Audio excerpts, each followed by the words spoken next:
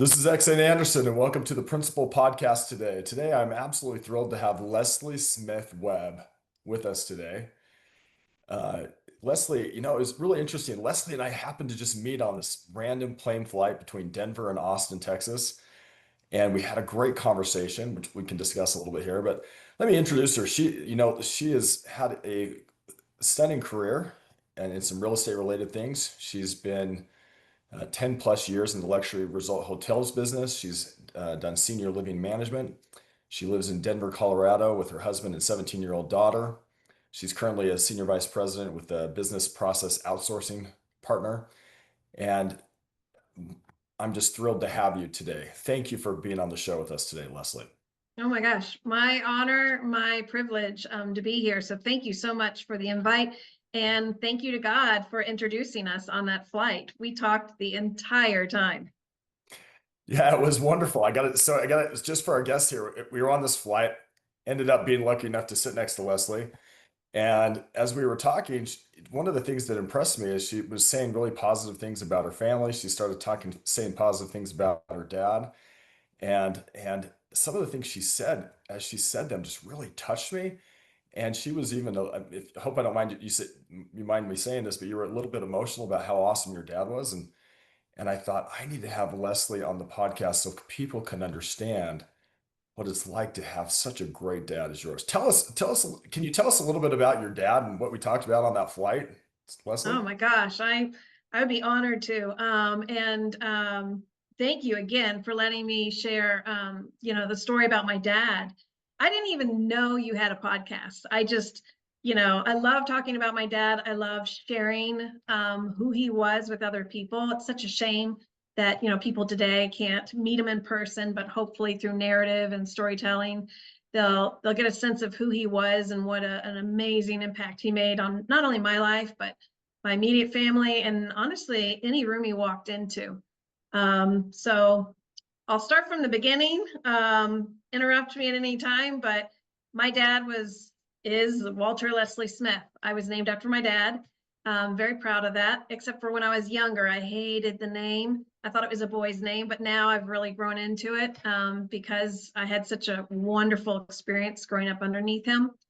My dad was born in Washington, D.C., grew up in Memphis, Tennessee, and then moved to Atlanta, Georgia. And that's where he built his career. My dad was an entrepreneur. He built from the ground up 4 distinct, very successful companies. So we ran family businesses. And that's part of the fabric of who I am, what drives me, what makes me tick today. But my dad was a visionary. I mean, he was creative, he was dynamic, and he was always working on something. And there was such an energy, a vibrancy to him. And so what we talked a little bit about were just some stories I shared with you about, how he touched the lives of so many people. And it really opened doors for me. I'll give you a little story that I shared with you on the flight, and that was, when you're growing up and you're a kid, of course, you look to your parents, and I loved my parents. They're such great people, hardworking, affectionate, compassionate. They modeled what good looks like. But as a kid, I think it's natural for kids to just roll their eyes and think, mom, dad, you don't understand. But they really went out of their way to make you feel seen and heard. And as a kid, I remember feeling proud of my parents. And I don't hear many kids articulate that today, although I know it's what we're all working towards. We want to make our kids proud because our kids already make us proud. But whenever I would travel with my dad, even if it's running to the grocery store, he made me proud. And I don't know if he ever knew that because you don't articulate that when you're a kid. But I remember a couple times we went to the grocery store. I grew up in Atlanta, Georgia. Atlanta was much smaller back in the 70s than what it is today. And the local high school boys, sophomores, juniors, seniors, they were all bag boys in the grocery store. And, as typical, as a high school, girl, you walk in, you duck your head, you're not going to make any eye contact. You want to get in and out. You don't want to be seen.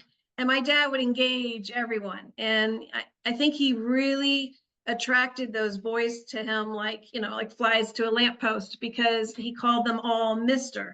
Mr. Harris, Mr. Wilson, Mr. Jones, good to see you today.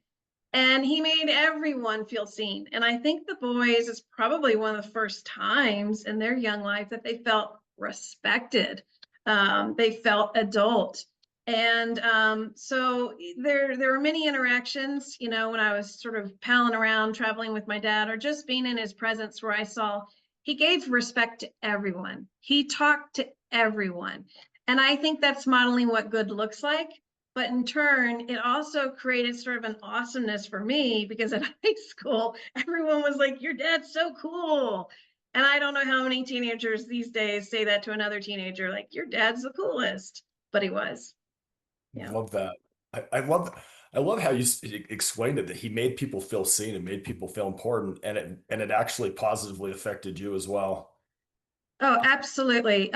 Everywhere we went, whether it was the grocery store to pick up a cake for an event we were hosting, or, it was doing Meals on Wheels, he talked to everyone, and I think he made everyone feel important. And sometimes he'd make up little titles for them: guru of this, grand poobah of that. And so I felt like he elevated everyone in his presence. I love that. One of the things I want to point out that actually really made me want to talk to you on this podcast is when we were talking on the plane when I first met you, Leslie, is I heard you just saying great things about your dad.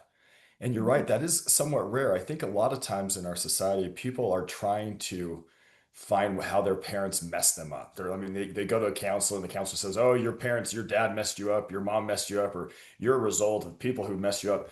And it's so refreshing to hear you say positive things and honor your father, honor your parents, your mother as well, in such a positive way. And I think it says a lot about, frankly, your character, but also the character of your parents, that you would do that. So thank you for sharing that and modeling that for us as someone who honors their parents. Oh no, I appreciate you for noticing that and acknowledging that. As I mentioned, I have two great parents who came from four great parents. So I'm blessed in that regard. But I would say through modeling, but then also instilling in me that I have to take total responsibility in what I do. And my dad had a lot of sayings, very famous sayings, we would say. Tell us one. Um, Do you well, know of some any of his that you wrote? sayings was, well, you're gonna do what you choose to do, aren't you? And he would put a lot of inflection on the words doing, which is action oriented, and choosing, right, which is choice, which is ownership. And so if I was weighing, whether or not to do my homework or to watch, the Atlanta Braves, try and get the pennant, he'd say, well, you're going to choose to do what you want to do, aren't you? And so little early on, you start to learn discipline and ownership. And so that kind of goes back to, how we regulate ourselves today. Are we blaming everyone else, or are we trying to better ourselves and be like what somebody else taught us? And so, it's so funny that we have this conversation today, because I never really sit down and think about this. But if I were to reflect on where I sit today and my mindset, I just hope I'm half as good as my parents were to me, because then I know that I'm doing good in the world. Yeah. I love that. I love that. And just by him asking those questions, you're going to do what you choose to do. It's Mm-hmm. such a great question that you, as you said, regulates. And sometimes it's just those little things. Even though your dad, I understand now, has passed away, he's Mm-hmm. still, even after you told me this, I thought, how can I honor people just in the grocery store, like you were telling me? So his influence is actually kind of with me. It's been with me since we had that conversation a while ago. And so I think that's important for parents to remember that your influence as a parent, goodness, it's going to have a lot of, I mean, even though your dad's passed away, he's still influencing you for good. He influenced me for good, even though he passed away. And hopefully his good example will influence those listening to this podcast today. Oh, wow. I love that. That's the greatest gift you could share with me today, is to know that, the stories that I share with you about him is a positive force in your life. I mean, I love that. we talked very lightly, very briefly about, put it in a book, get the message out there because there are so many stories I would love for people to hear. And I carry that forward with my daughter and with my nieces, and the generations that are going to come after them. I want them to know Big Daddy. That's what we're calling them, right? Big Daddy, because unfortunately, my daughter was not born, before my dad passed away, but I've been able to tell her countless stories when it's appropriate. Maybe it's a milestone she's going through. I'd say, he'd be so proud of you. You took a culinary class. He was a self-taught chef. I mean, he would just be in awe of you right now. Or personality. He loved characters and people with personality. He just took that to the 10th power. And so being able to share stories with people today, it does keep him in the room. It does keep his essence alive, and it does carry it forward in the future generations. So I'm so honored that you would share that you remembered, conversations we had, stories I shared, and people remember stories. So I'm happy to tell you to many more, many more. And I'd love to hear some more. But before we go further, I just want to say this. One of the things that I'm so grateful that you're sharing this with us is because there's this feeling in the world that dads are just kind of this idiot, kind of Homer Simpson-ish like person who's not really needed. And then we hear stories about your dad who now, years even after he's passed away, is still profoundly affecting you. And you're telling us some of the great things he did. I would love to hear more of maybe just the little things that he did or some stories that you could share with Mm. others to show how noble and awesome good dads like your dad are. Oh, absolutely. Thank you. Thank you again. So I'll share two stories with you. One is a funny story, and one is a wow. So my dad, he had a big personality, and then so he always made the room, the conversation light, lively, even if it was heavy. He would always just kind of have something positive or light to say about the moment. And I knew he was proud of me. You could feel it. Even though he was really good at expressing his feelings, and not everyone is, you felt his love. You felt how proud he was of you. And so I remember when I was working for the Ritz-Carlton, he and my mom came out to the hotel, to kind of look and see, where's their daughter working, and I gave him a tour of the hotel, and I think we had lunch, and then he was always very mindful of not overstaying, right? And not crowding your space, giving you wings to fly. So after, we did a tour of the hotel and he met some of my colleagues, I remember he walked out to the front of the hotel. He was chatting with the valet. They ran to go get his car, and they come back and they had driven up his catering van. Now, inside my mind, I'm thinking, oh my God, Dad, you brought the catering van. Of course you did. You want to advertise everywhere you go. Smart man. But in my dad's style, anyone who knows him knows exactly what's happening. He says to the valet guy, that's not my car. Well, I didn't come in that. And the kid goes, are you sure, Mr. Smith? And he was like, yeah. He's like, it's okay, I'll wait here. And the kid, you could tell he's second guessing himself. And he says to him, well, Mr. Smith, what do you think you drove up in? And my dad said, a maroon Jaguar. And the kid goes, uh, okay, let me see if I can go find that. And my dad said, you know what? Don't worry about it. This is fine. We'll take this home. And tipped the guy generously. And so the guy got a real chuckle out of it. And I just thought, that's my dad. I mean, driving the catering van to the Ritz-Carlton, advertising everywhere he goes, and having fun with the people along the way. So that's my funny story for you. Oh, I love that. One of the things you said that really stuck with me is you said that he had always had positive things to say. And I think that really is important for any parent, mom or dad. But especially dads, when they come home or they come at you're in a situation to just realize how much influence you have to set the tone for the evening or for the interaction when you come into a room and hearing you say that your dad always had positive things and that, for example, you said you knew he was proud of you. And I heard Mhm. someone say that the confidence of a dad in his daughter becomes the confidence of the daughter later on. So if a daughter Hmm. knows that her dad loves her and is proud of her, and then you can see that you exude that confidence and have that same kind of like, okay, my dad knew I was awesome, so I can act awesome because he was proud of me. Love that. Um, and thank you for sharing about the humor. I mean, goodness, sometimes it's just good to have a little bit of humor. And dads, even if we do lame dad jokes or something like that, where we're pretending we came in a red maroon, even though I was in the catering truck. Thanks for sharing that. Absolutely. Go ahead. I'll tell you one more story. And like I said, I have dozens and dozens to share. And so we might have Love to it. do a part two of this. But, um, you know, in speaking with how I knew my dad was proud of me, not only did he articulate it, but he showed it in his actions again and again.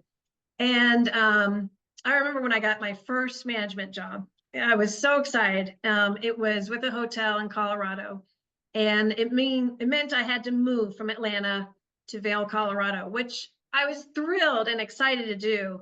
But it was tough. I mean, because I loved my parents, and I knew that it meant, I'm not going to be seeing them every day. But he made such an effort to remain engaged. We talked on a weekly basis. He wrote me letters back in the day when you write letters.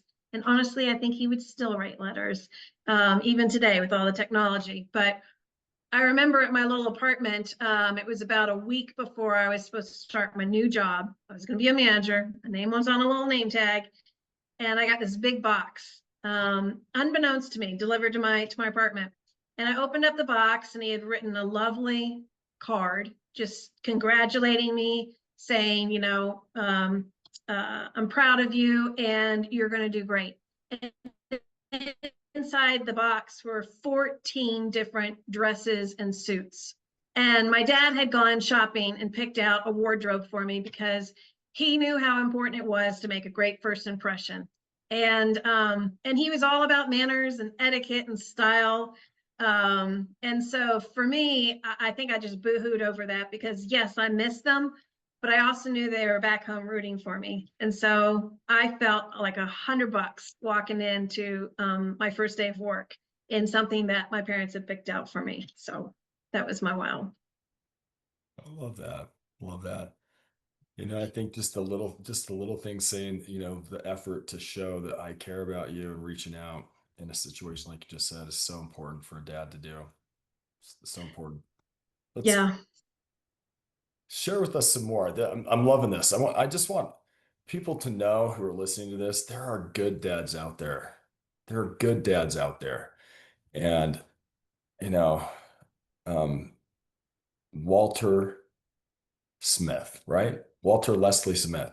It's his full name. that's right. That's right. Dad, and he made such a great uh, impression with you. One of the things I want to talk about, I'd love to hear your ideas, and I'd like to hear another story from you at least. But we have this idea sometimes that what we do in the world is the most important thing, and that we'll try to squeeze in our family later. And I think we've got Mm, it backwards. And the truth is, we can build a big business, we can be very successful in the world. But even the big businesses, there was a report, I think it was by McKinsey, that said that even the S&P 500 companies are only going to last 18 years. These are the biggest companies in America, a lot of times in the world. They're not going to last past a couple decades on average. And so even if we built something big, in a decade or two, it might be bought, sold, bankrupted, disrupted. But the mm, influence you have, just these little things like calling the high school boys by Mister, or giving a nickname or something, that you could tell he was engaging, and it had this impression on you that years and years later probably is going to influence your daughter, um, hmm. maybe her children as well.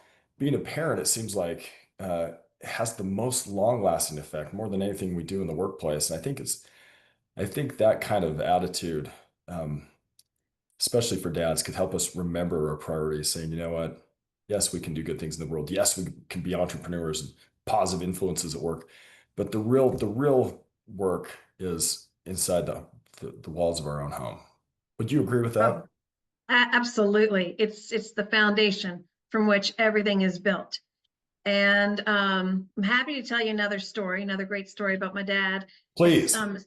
especially as I'm sort of in this phase in my life where, I have a 17-year-old daughter and we're already starting that sort of trot towards college, right? Figuring out where's she going to go and what is that going to look like for our little family once she leaves home. But before I tell you that story, I do want to make one comment because I realize, I acknowledge I was blessed, being born to these two amazing people. And not everybody has the same good start, but you can be the good start for someone else. And a great example of that is my husband. My husband was raised by a single mom. They didn't have a lot of means, but it's the little things that she did for him that filled the space of a missing dad. And he tells me, the little things that she did for him that he still remembers to this day that meant a lot to him. But he's a great dad. He's a great girl dad, and he didn't have a good dad. But who he did have in his life, right, was enough to give him that solid foundation. So I didn't want to pivot too much, but I think it is important to point out that if you're listening to this conversation, you're thinking, well, that's all nice, but I didn't start with that. You can bring it forward. You can carry it forward. You can become that. You can become a great dad. So thank you for letting me share that real quick before I tell you my story. No, I love that. Just real quick comment. I'm so glad you brought that up because that's an excellent point. Some people might go through life and say, well, I didn't have a dad, or maybe my Yeah. dad wasn't ideal as I'd liked. You don't have to be a victim. You can be the Mm-mm. change you want to see in the world. In fact, some of the best dads I've ever met are dads whose dads weren't there. They had to learn Mm. it on their own. They had to do extra work, but they've let that pain in their life become their superpower. So thanks for bringing that up. Mm. Really appreciate that. Oh, it's my pleasure. So I'll tell you another little story. So Perfect. when I left home and I went to college, it was in another state, and my family we were tight. There were a total of five of us: mom, dad, my sister, my brother, myself, and our dog. And so when any one of us would leave the nest, everyone felt it. And so I remember when I went away to college, my parents, decided, let's set up a Sunday evening call. You're going to have a busy week doing all the things, building a new life, learning, but let's stay connected. And so we picked every Sunday night at 7 p.m. And that's when we would all get on, the phone with the cable. Yes, I'm that old. And we would talk about our week. And believe me, as a college kid, I was super busy, and that wasn't always the priority. It was important, but not urgent, for me. And I remember my dad always called, regardless. But then he also wrote me letters while I was away at school, and the letters I still keep to this day. Ooh, I'm not going to lose it. But in those letters, he would just talk freely as if I was across, the table with him about what he was doing and his curiosity about what I was working on. And again, his excitement, about something I had shared with him a month prior. Maybe it was a dance I went to, or maybe it was my first, SEC football game. But it was almost like reading a journal or a diary of his. He was writing to me because we could not connect every Sunday because I was so busy.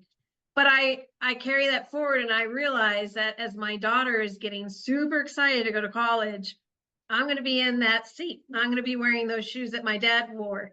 And I'm going to do everything I can to remain in touch with her and to let her know that I want to hear about her day. I want to hear about her week because that's what he gave me. And my dad also had another famous saying, and that's get over yourself. We get so busy being ourselves that sometimes we do forget to touch base with the people that love us the most. Sometimes we do put them in second seat. But I don't know. That was just something that he did so well that at the time, I appreciate it, but I didn't make it super uber important. But man, is it foundational for me today. And that is, he just continued to reach out. He continued to talk to me, even if I was busy. I love So that. And get over yourself. get over yourself. Get over yourself. Um, can we call your dad? You referred to him as Big Daddy, is that right? Big Daddy is what we refer to him for his grandkids who didn't meet Okay. him. But to me, he was dad. To anyone who grew up with him in Memphis, they'd call him Joe. That was a term of affection. So if somebody called, on the house phone, they were asking for Joe, we'd all giggle because we knew they were from Memphis. If it was a solicitor, they're asking for Walter. But if it was anyone that was in Atlanta, lived, worked near us, crossed paths with us, it was Les Smith. Less is more. I love that. Less is more. And Mm-hmm. get over yourself. Get over yourself. So let me ask you this. If you could say one or two things to dads who may be thinking, what should I do differently to be a better dad? What would you say? Hmm. Um, that's a great question. I would I would probably say, um, you know, see the person for who they are. And I say that because my brother and sister and I could not be more different from one another. And so he didn't rubber stamp us, right? He really met us wherever we were, and he loved us strongly, fiercely, but he loved us differently because each of us, we needed something different from him. And so I think that's what made him a great dad, is that he was genuine with who was in front of him, because he saw them. Does that make sense? Hmm. Somebody who knows you, who gets you, who sees you, only your parents can see that, through that armor. And so that's the first thing I would say is see the person, love them for who they are. It's not always easy. My brother gave him hell, but my brother turned into a great guy too. And I think it's because my dad um, loved him the way he needed to be loved, different from me. The second thing is be generous in your words. Words can cut like a knife, but they can also wrap you like a blanket. And I knew when I had done wrong, my dad would choose his words carefully. I remember I got spanked once, and that's not because I was perfect, but I remember my dad saying to me, and I had done something egregious. I can't remember what it was, but I was around 11 years old, and he said, "You know what? This hurts me more than it's going to hurt you." And he gave me a little paddling, and that was that. But he chose his words carefully, because I don't know if he was so mindful that he knew it could leave a mark, positive or negative on your heart forever. But that was my takeaway, is that he was very generous with words of affection and praise, but he also he let you know if you were walking in the wrong waters or going down the wrong path. I love that. So the two things you said to see the person for who they are and that your dad saw you. Mm-hmm. And now, even though he's passed away, you're praising his name. And also to be generous in your words. I like how you said it. It can either cut you like a knife or wrap you in a blanket. And that is something we got to be so careful as parents, as dads, as moms, to just choose our words carefully. And your dad Mm-hmm. seemed to be a great example of that. He Um, was for me. that's Yeah. awesome. So for those dads of you out there listening, to have a daughter who speaks so highly of her dad and she was speaking highly of her dad uh, when we just barely met. I just wanted to have you, Leslie, on this podcast so that dads could hear what your dad did with you that was so profound. And some of these things you said, just the little things you did, recognizing people, seeing the person for who they are, being generous, um, with your words, be careful with how you say things, because it could leave a mark. And for all of those, we've all, as parents, probably said or done things we regret, and we can give each other grace and ask for forgiveness if we've made a mistake. But these are great things to remember, and I hope that my children are as positive about me after I die as you have been about your dad. And so I'm so grateful that you've shared these with our audience so that people could hear. Do you have any last stories you could share with us? These are great. Yeah. Oh my gosh, I have so many of them. Um, it's funny. My dad, he volunteered with Meals on Wheels, and I just like palling around with my dad regardless of what we did. If we were running errands for the business, because I worked in the family business for about a year and a half after I got out of college, um and or if we were doing some sort of community service. But I remember one time I And by the joined way, can I him. just interject here? I'm sorry to interrupt you. Just interjecting. I like how you said that. You just like palling around with your dad. I think some dads think we have to make this big thing or take our kids to Disneyland. Sometimes we do just run errands with our kids. Take Yeah. them, go to the store, go run an errand, run down to the wherever you're going to go, and just take your kids with you. It doesn't have to be a big, expensive Disneyland event. It could just Oh be no. doing your thing. Yeah, keep going. I apologize. I had to interject No, that. no, no. It's a great point you made, because you know, I know I'm not like others. I loved hanging out with my dad. We had a great relationship, and I was always learning from him. Either witnessing him how he treated others, or he was literally teaching me something. And it wasn't always so obvious, but in hindsight you realize that was a special moment we had. And I was selfish of my time with my dad, because again, I had a brother and sister. So I remember one time he said, Saturday morning, we're getting up early and we're heading out. I said, okay, well, what are we doing? He said, we're going to do some Meals on Wheels. I had no idea what that was. But what it allowed me to do was go and deliver meals to other people that were homebound. And who knows if that laid the foundation for my senior living work. You never know the little seeds that you're planting that's going to harvest in the future. Who knows if that got into my blood. But I remember delivering meals with my dad to these folks that were homebound, and he would chat them up at the door. And sometimes we'd spend a little too long chatting somebody up, and he'd say, oh, we got to go. We got to stay on time. We got 8 other meals to deliver. But he really loved talking to people. He loved hearing their story. And so I remember that fondly. But we had stopped to get some lunch because we spent an 8-hour day delivering meals. And when we were finishing up our lunch, my dad hops out of the van. Yes, of course, we drove our catering van because we're advertising everywhere we go. And he went to go throw our lunch boxes into a dumpster that was in the area so we could get back on the road and deliver the next meal to someone. And I think my dad took me to Crystal Burgers. He loved Crystal Burgers, those little steamy mustard pickle square burgers in the little cardboard boxes. So good. Anyways, so he tosses the empty lunch containers into the dumpster and comes walking back to, the catering van where I'm at. He hops in, and I look down on the floorboard where we had the lunches, for delivery, and he had tossed the lunch for delivery, not our empty lunch box, into the dumpster. And so I said to my dad, oh my gosh, I think you just threw the wrong box out. And so we scrambled through everything. And sure enough, he had thrown the meal for the person that, the next stop into the dumpster.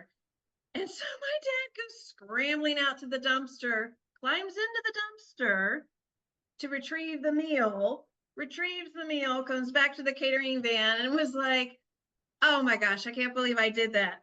And then what was so funny was he retrieved it, but he still knew that we had to go back to the warehouse and get another fresh meal for him. But he retrieved it. I don't know why. Maybe because he knew it was the right thing to do. But I just remember how hilarious that was. We laughed so hard at something so silly. Now, I think nowadays we're all so keyed up and tense that we'd probably, bless each other out and, I can't believe you did that. Oh my God. and have a meltdown over it. But no, it was actually a hilarious, it was a hilarious moment. We laughed so hard about that. Went back to the warehouse, got a fresh meal, went to the person's house, and we told them all about it. And they thought it was hilarious. And so I don't know, it was just little things like that where you're running errands with your dad, but errands kind of turn into something you're going to remember 20 years later, 30 years later. So Meals I on love Wheels. that. I love that. Just run errands with your kids. That Yeah. reminds me, I had to go on a business trip recently. I decided to take a couple of my kids on both my business trips this last month, and they just had it. I hope they had a great time, and I think they learned a lot, and we had a lot of fun just Mm-hmm. going together. It doesn't have to be something. I think our kids just want our time. They just want to be with us. It's Mm-hmm. not, and you've kind of proven that with this story here, how much you loved going with your dad. I love that. I did. And I think early on you're absolutely correct. I think our kids look up to us. Um and in a lot of households, the kids want to emulate us. But then as they start to get older and they start to form their own, identities, then the focus shifts to them. We start to admire them. And I think that's where the focus has to shift. And my dad did that seamlessly. He really did. So yeah. So great. Any other tips you'd like to share with us? I mean, we may have to have a part two of this, Leslie, because this has been so Yeah. good. Any other tips you could share with our audience about what can you do if you want to be an awesome dad? You Like, know, he was one of the most generous people I've ever met in my life. Generous in words and affection, generous with his time. But like you said, it doesn't have to cost anything to show somebody their value. And another story, I remember I was still living in Colorado. I think at this point I'm in Aspen. And it was so important that I come home for Christmas.